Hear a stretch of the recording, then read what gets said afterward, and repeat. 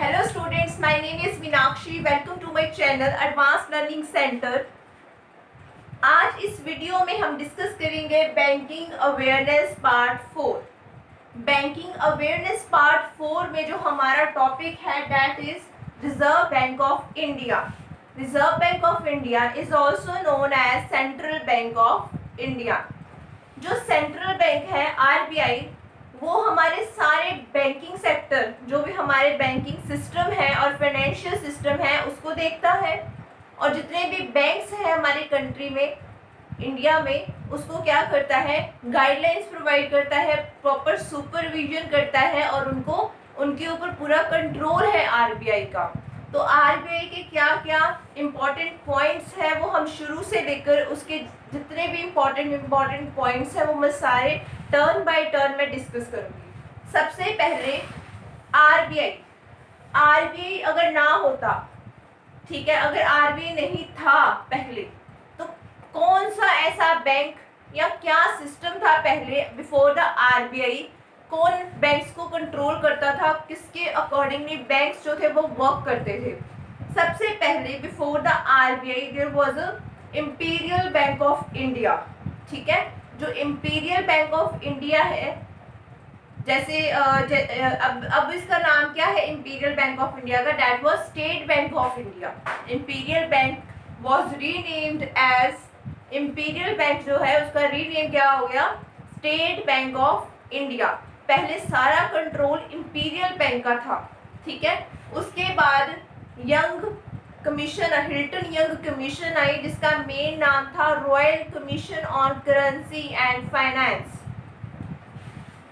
सबसे पहले before RBI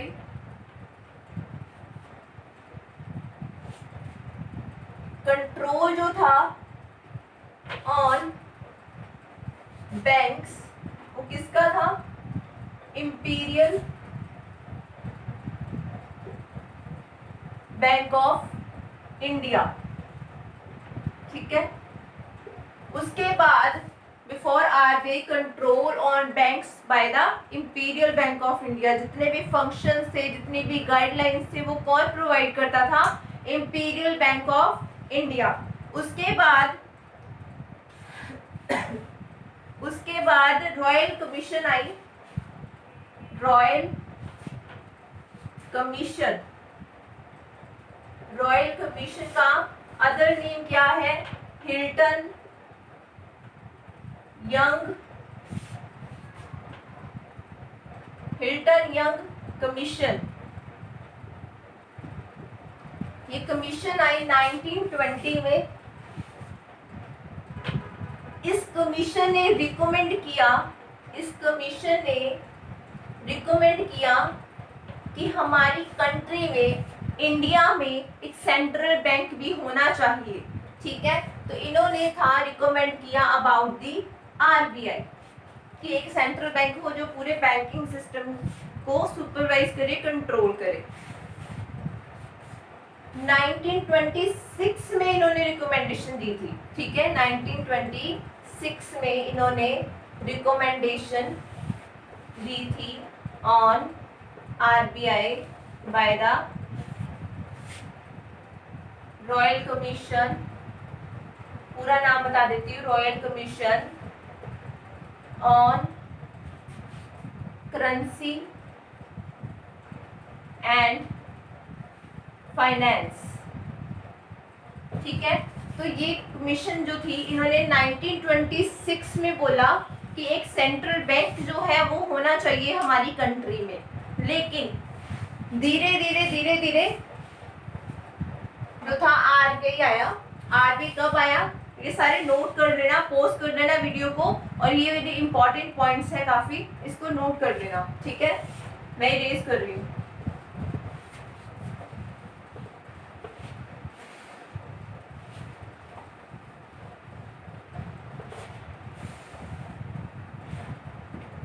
अब देखो, रिकमेंड कर दिया आरबीआई। एक्ट जो था पहले वो आया था कब, 1934 में एक्ट पास हुआ, आरबीआई एक्ट। और आरबीआई एक्ट आने के बाद जो आरबीआई है उसकी इस्टेब्लिशमेंट की गई इन 1935, ठीक है। और 1935 डेट कौन सी थी इनके ऑपरेशंस को स्टार्ट करने की? वो थी 1 अप्रैल 1935। तो ये थी आरबीआई को इस्टेब्लिश करने की डेट, कब उन्होंने ऑपरेशन जो है वो परफॉर्म करने शुरू किए। उसके बाद जब आरबीआई बन गया, ठीक है, जब आरबीआई बन गया उसके बाद अगर पूछा जाए कि आरबीआई जो है वो स्टैट्यूटरी बॉडी है या कॉन्स्टिट्यूशनल बॉडी है, तो it is a statutory body. एक होती है कॉन्स्टिट्यूशनल और second one is statutory. Statutory का मतलब है वो बॉडी जो कि जैसे कोई भी एक्ट के थ्रू इस्टेब्लिशमेंट की गई है, उसको हम क्या बोलेंगे? स्टैट्यूटरी। अगर मैं बात करूं कॉन्स्टिट्यूशनल, कॉन्स्टिट्यूशनल मतलब जो हमारे संविधान के अकॉर्डिंगली इस्टेब्लिश हुई है या उसके अंडर आती है, उसकी कुछ प्रोविजन लागू हुई है, तो यानी कि उसके अकॉर्डिंगली क्या हो जाएगी? कॉन्स्टिट्यूशनल। अदरवाइज अगर कोई एक्ट पास करके इस्टेब्लिश की जाती है तो उसको हम क्या बोलते हैं? Statutory body. आप इतना पहले नोट करो, हम आगे मूव करते हैं।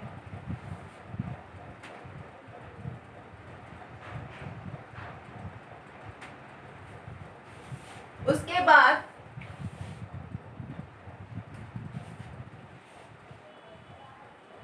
जो आरबीआई की इस्टेब्लिशमेंट कब की? 1935 में, ठीक है। आरबीआई की सबसे पहले जो इनिशियली इनकी कैपिटल थी,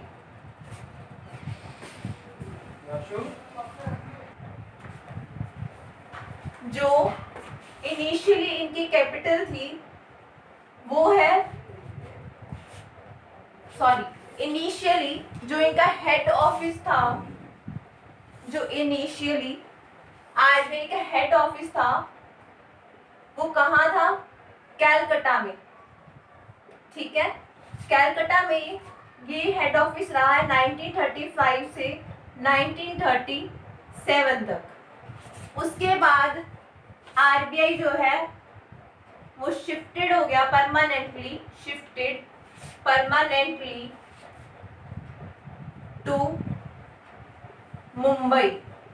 ओके, सबसे पहले इसका हेड ऑफिस, इसको जब इस्टेब्लिश किया गया था, पूछ लेते हैं कि जब इसको इस्टेब्लिश किया गया तब इसका हेड ऑफिस या कहाँ किया गया इसको इस्टेब्लिश, तो वो किया गया कैलकाटा में। 1935 से लेके 1937 तक हेड ऑफिस कहाँ पे था? आरबीआई कहाँ पे था? कैलकाटा में। उसके बाद इसको इसकी जो हेड ऑफिस है वो परमानेंटली शिफ्ट कर दिया गया इन मुंबई, ठीक है। उसके बाद जो आरबीआई है, आरबीआई was nationalized किया गया on 1 जनवरी 1949। 1949 1 जैन को इसकी नेशनलाइजेशन की गई। नेशनलाइजेशन मतलब कि इनिशियली कोई ऑर्गेनाइजेशन या कोई एंटिटी पहले प्राइवेट थी, उसके बाद गवर्नमेंट ने जब उसको ऑन कर लिया तो वो क्या हो जाएगी? गवर्नमेंट के अंडर आ जाएगी। यानी कि प्राइवेट से वो जब उसकी जो नेशनल जब वो प्राइवेट से जब वो गवर्नमेंट के अंडर आ जाएगी तो उस प्रोसेस को क्या बोलते हैं? नेशनलाइजेशन। तो पहले तो आरबीआई प्राइवेट ऑन था, उसके बाद आफ्टर दी 1949 वो क्या हो गया? अंडर द गवर्नमेंट आ गया, ठीक है। क्योंकि अगर वो प्राइवेट अगर होगी तो वो अपना फायदा ज्यादा सोचते हैं, ठीक है।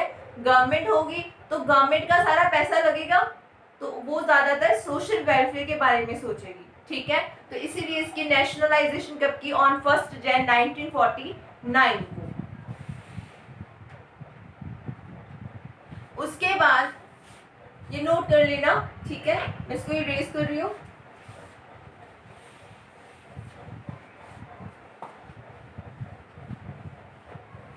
उसके बाद जो आरबीआई के बारे में इंपॉर्टेंट पॉइंट है वो है कि गवर्नर, करंट जो गवर्नर है आरबीआई के, वो कौन है?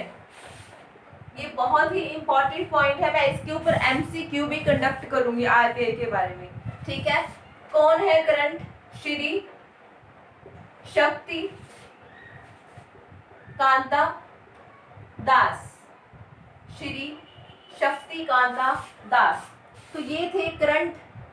अगर मैं बोलूं फर्स्ट गवर्नर ऑफ आरबीआई, तो फर्स्ट गवर्नर जो है आरबीआई के वो थे ऑसबॉर्न स्मिथ, ठीक है।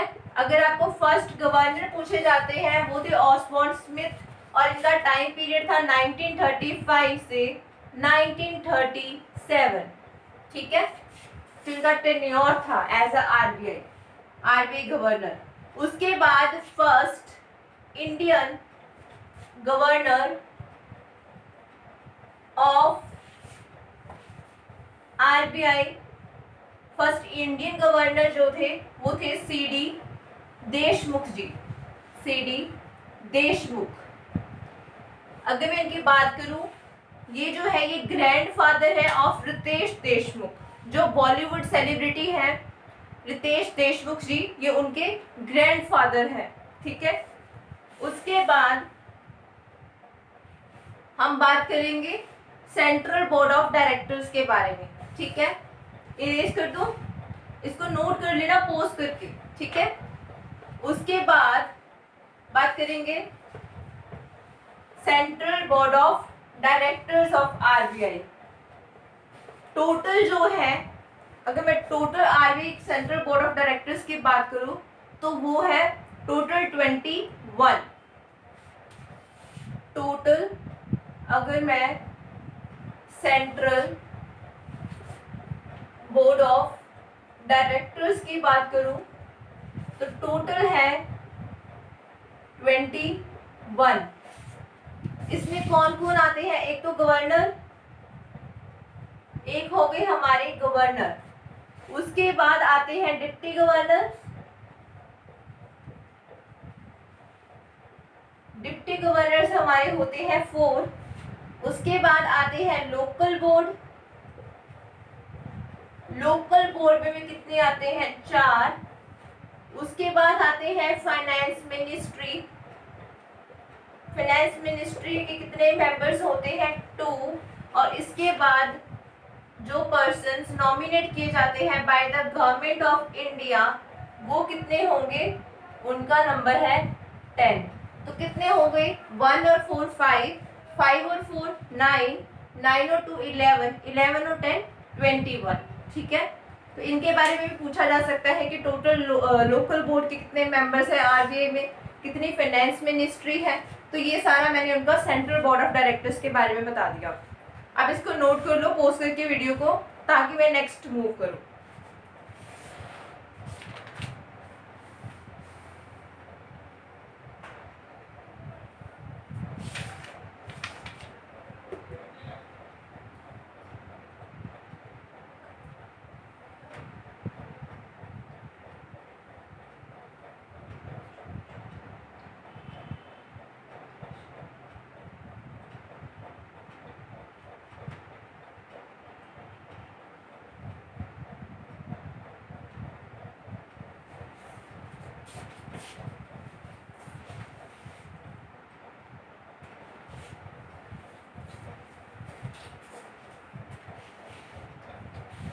उसके बाद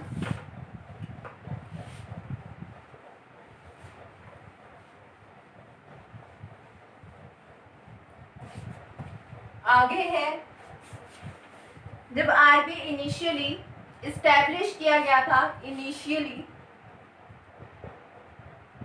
शेयर कैपिटल या कह लो इनिशियली शेयर कैपिटल जो लगाया था amount, share capital in RBI initially जब स्टार्ट किया था तो कितना अमाउंट जो था वो इन्वेस्ट किया गया था? ₹5 करोड़, ठीक है। अमाउंट पूछ लेते हैं कि जब ये स्टैब्लिश की गई तब कितने अमाउंट से स्टैब्लिश की गई, तो उसका अमाउंट है ₹5 करोड़। अगर मैं बात करूं the only PM who was also a governor of RBI, तो अगर मैं पीएम की बात करूं, पीएम जो थे प्लस वो गवर्नर भी रह चुके हैं आरबीआई के, उनका नेम है डॉक्टर मनमोहन सिंह जी, डॉक्टर मनमोहन सिंह जी। तो ये प्राइम मिनिस्टर, पहले ये गवर्नर थे, उसके बाद बल्कि पहले गवर्नर बन चुके थे, उसके बाद इनको ये पोजीशन मिली थी एज अ प्राइम मिनिस्टर। तो यानी कि ये कैसे प्रधानमंत्री जी हैं, ऐसे प्राइम मिनिस्टर हैं जिनको कि आरबीआई का गवर्नर भी पोजीशन मिली हुई थी पहले, ठीक है। तो ये एक ऐसे प्रधानमंत्री जी हैं जिनको as a governor of RBI भी इन्होंने काम किया हुआ है, ठीक है। ये फाइनेंस मिनिस्टर भी रह चुके हैं Manmohan Singh ji, prime minister, governor और फाइनेंस मिनिस्टर भी रह चुके हैं। उसके बाद हम बात करेंगे फंक्शंस ऑफ आरबीआई, इसको नोट कर लेना, ठीक है। इनके ऊपर काफी क्वेश्चंस आ जाते हैं एग्जाम्स में। RBI is a very important topic.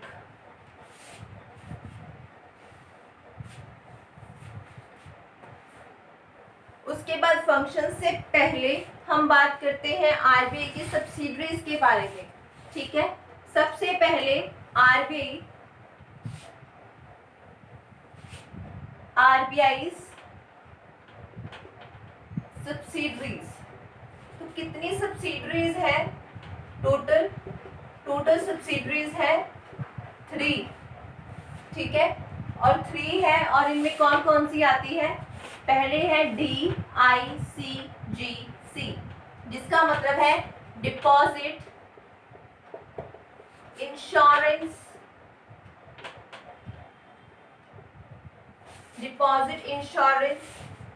And credit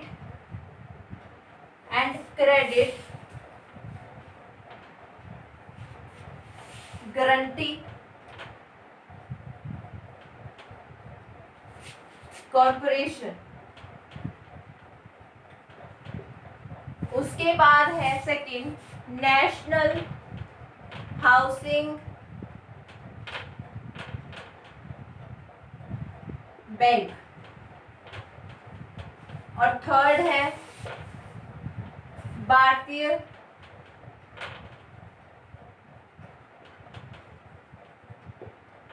reserve bank note मुद्रा प्राइवेट लिमिटेड। तो ये 3 सब्सिडरीज है ऑफ आरबीआई, ठीक है।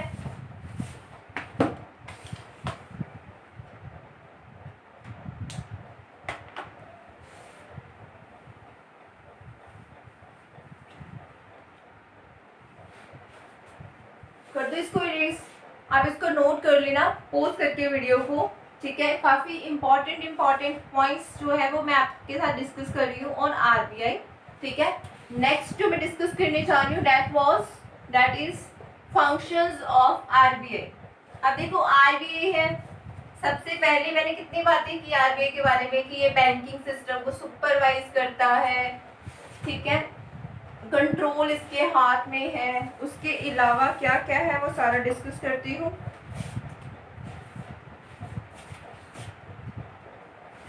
फंक्शंस ऑफ आरबीआई, सबसे पहले क्या पॉइंट आता है? सबसे पहले जो पॉइंट है वो है वर्क करते हैं एज अ मॉनेटरी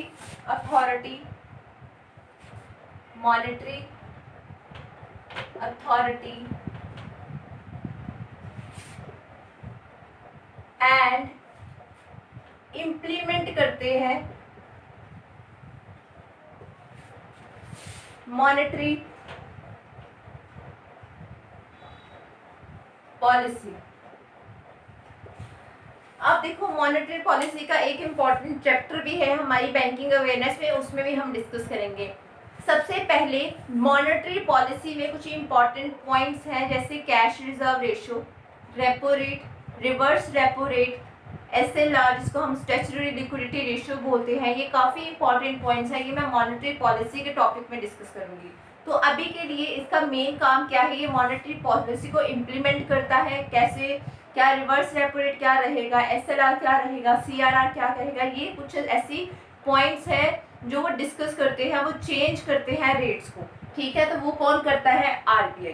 तो RBI क्या करता है, monetary as a monetary authority work करता है और मॉनेटरी पॉलिसी को इम्प्लीमेंट करता है आफ्टर द चेंजेस और विदाउट चेंजेस। ठीक है, उसके बाद सेकंड जो है, इट इज ऑल्सो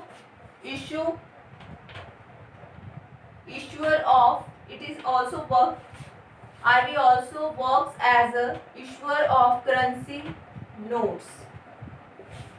जो करेंसी नोट्स है ये इशू करता है RBI, लेकिन RBI जो कॉइन्स है वो इशू नहीं करता, सिर्फ currency notes above the 2 rupees notes, ये अमाउंट जो नोट्स है करेंसी नोट्स वो इशू करता है। ये जो कॉइन्स है ये गवर्नमेंट इशू करती है, RBI इशू नहीं करता। ठीक है, तो कई बार पूछ लेते हैं कि जो कॉइन्स है वो कौन इशू करता है, government of India, RBI, bank, किसी भी बैंक का नेम दे सकते हैं वो आपको। तो करेंसी नोट्स इशू करता है RBI, coins are issued by government. ठीक है, उसके बाद थर्ड है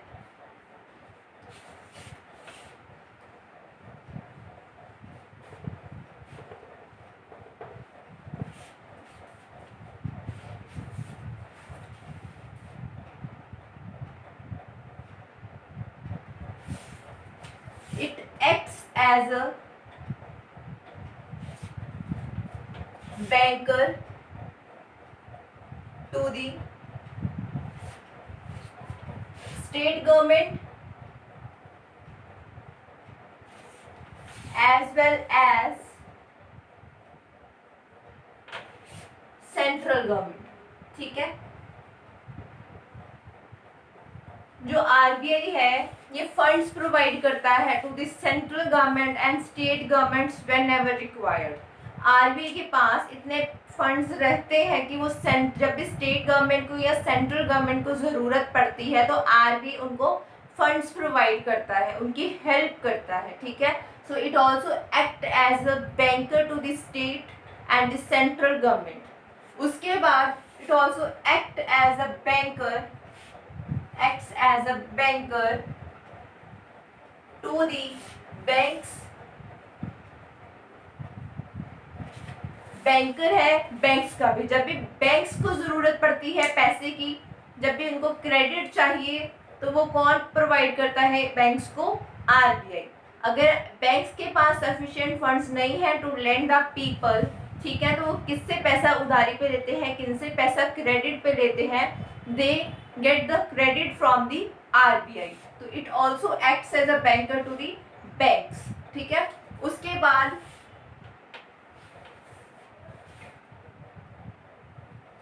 lender of last resort, lender of last resort for the banks।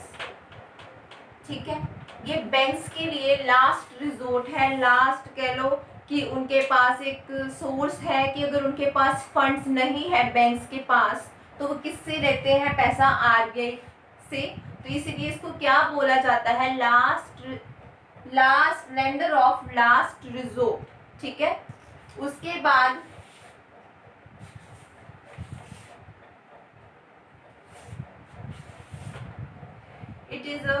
it acts as a supervisor or regulator of banking system। मैंने आपको पहले बोला कि RBI के पास सब बैंक्स का कंट्रोल रहता है। बैंक्स को इसकी गाइडलाइंस जो है RBI की वो फॉलो करनी पड़ती है, अपनी रिपोर्ट जो है वो सबमिट करनी पड़ती है आफ्टर फाइनेंशियल ईयर। वो रिपोर्ट किसको सबमिट करेगा, RBI को।